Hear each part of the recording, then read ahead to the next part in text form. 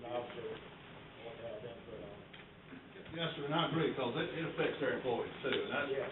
I couldn't make a decision with constitutional officer last night, I was gonna call them, I'm not gonna second guess them, they have employees they have to look after, and I pulled them last night, and this stuff, and I think we're all on board, because this is the worst, I mean, this is what we're stuck with.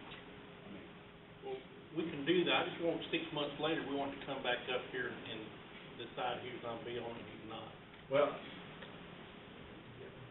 I wanted to interject my opinion. The only one that needs to be on the committee is that one right there, and that one right there, and maybe constitutional officer. Right. Because that's, overall has to make the decision. I mean, you know, and I don't know, constitutional officer's not gonna stand up for their employees. I would like to see, Zola and Heather put that on their calendar, and when we get the new rates in June, aggressively get busy on that, and like you said, the 30 days will be done. Well, we're waiting every year, we're waiting later and later, and I know, and then the board's in a push, and you gotta have an extra meeting like this time. But last year, it was because of the rates we couldn't get. I know most of the time, Bobby, since I've been here, they have a problem getting a quote of how much they're gonna be an increase and stuff like that. They wait till the last minute. Well, yes, sir, but we had them June this year, Mr. Brock, and usually it's in June. But what we do is drag our feet, and we're all jumping up and down, and then Heather's gotta run around, and my staff has to run around. And I think this needs to be brought to your attention, to inform you as a group, because I don't think that's what we've been doing in the past. We have our rate, we need to sit down, and this is what we need to start doing. That should be one of the priorities that we do every year, is get that and let's start working on it, as far as the budgetary. Bobby, somewhere along the line, I kept saying this, and I don't know where I got this, that there was gonna be a 12% increase. Yes, sir, there was. That initially, the first quote that you got was 12%, and the first quote I got was 6%. And we went back to our representative and say, that's not good. So she went back to hers, and I went back to mine, and so they've got it down to 3% increase, and we got ours down to, but we had to change the plan. It's almost exactly what you had, but we had to change the plan to get that down to 3%.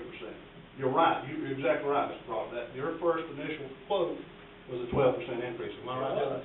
That's what we were That's told, what I but was we told. never got that in writing.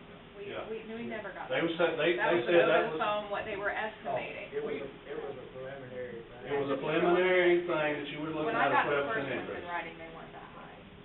Because, Heather, we had this discussion a couple of months ago about insurance, you know. Right. And it was more or less tabled because we didn't know exactly what the quote was gonna be. So that's how come we got Yeah. this first. But, Mr. Brock, Insurance is a long, drawn-out process. you can bet that, like any company, like any corporation, any company, they're gonna protect themselves, and they're gonna make sure they're not holding them, getting in their pockets. Have I answered your question, Mr. Brock? All right, let's move on. Yes, sir.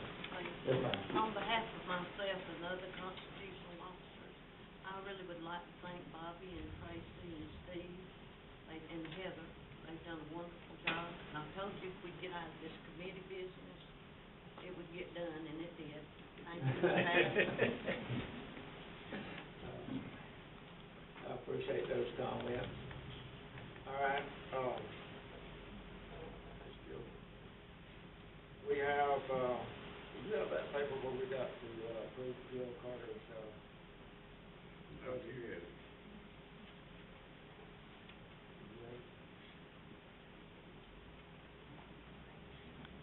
Bill Carter's budget.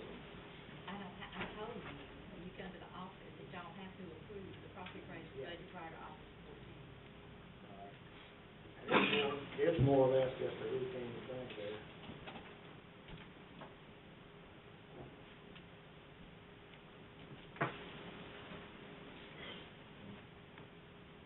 Have we been given copies of that budget? Yes, sir, it's in your packet that you added. Okay, yeah. Yes. It was a 4% decrease this year.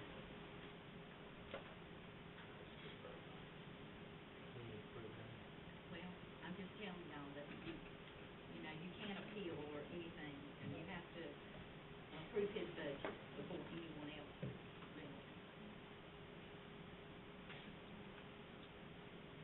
Because if you're gonna appeal it to proper review, you have to know by August 15th really, but you need to do it on the 14th. And they have already approved it over there, so this is coming back for us to see that, got what, 41? Cut 4%. His request is for $530,786. Yeah. And it's been cut by 4%? Yes.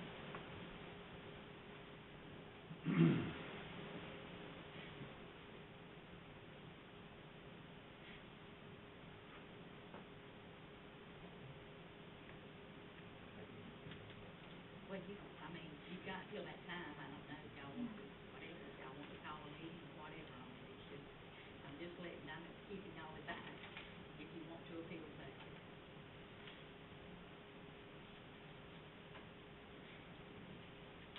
What's the pleasure of the board?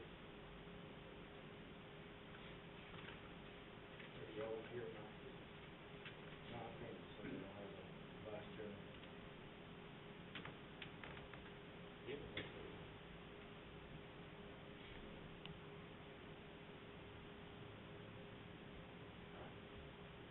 Everybody make a motion? Oh, I want to go ahead and get through it. So move it, Chair, we'll approve tax section for this fiscal year. Second. Second.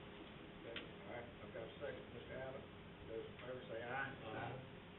Those opposed? All right, the next thing, we were actually in the chairman and commissioners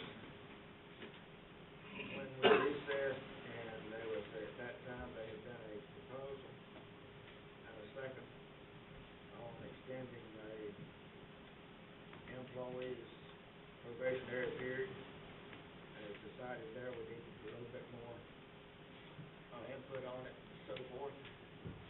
Yeah, I've had a chance to look at the issue with Heather, and I talked to Steve about it. This policy manual doesn't necessarily address the extension of a probationary period in circumstances like this, but under Section 1, the board's given pretty broad latitude with respect to something that would probably fall under extending a probationary period. If you would like my recommendation, if the board decides to do it, I would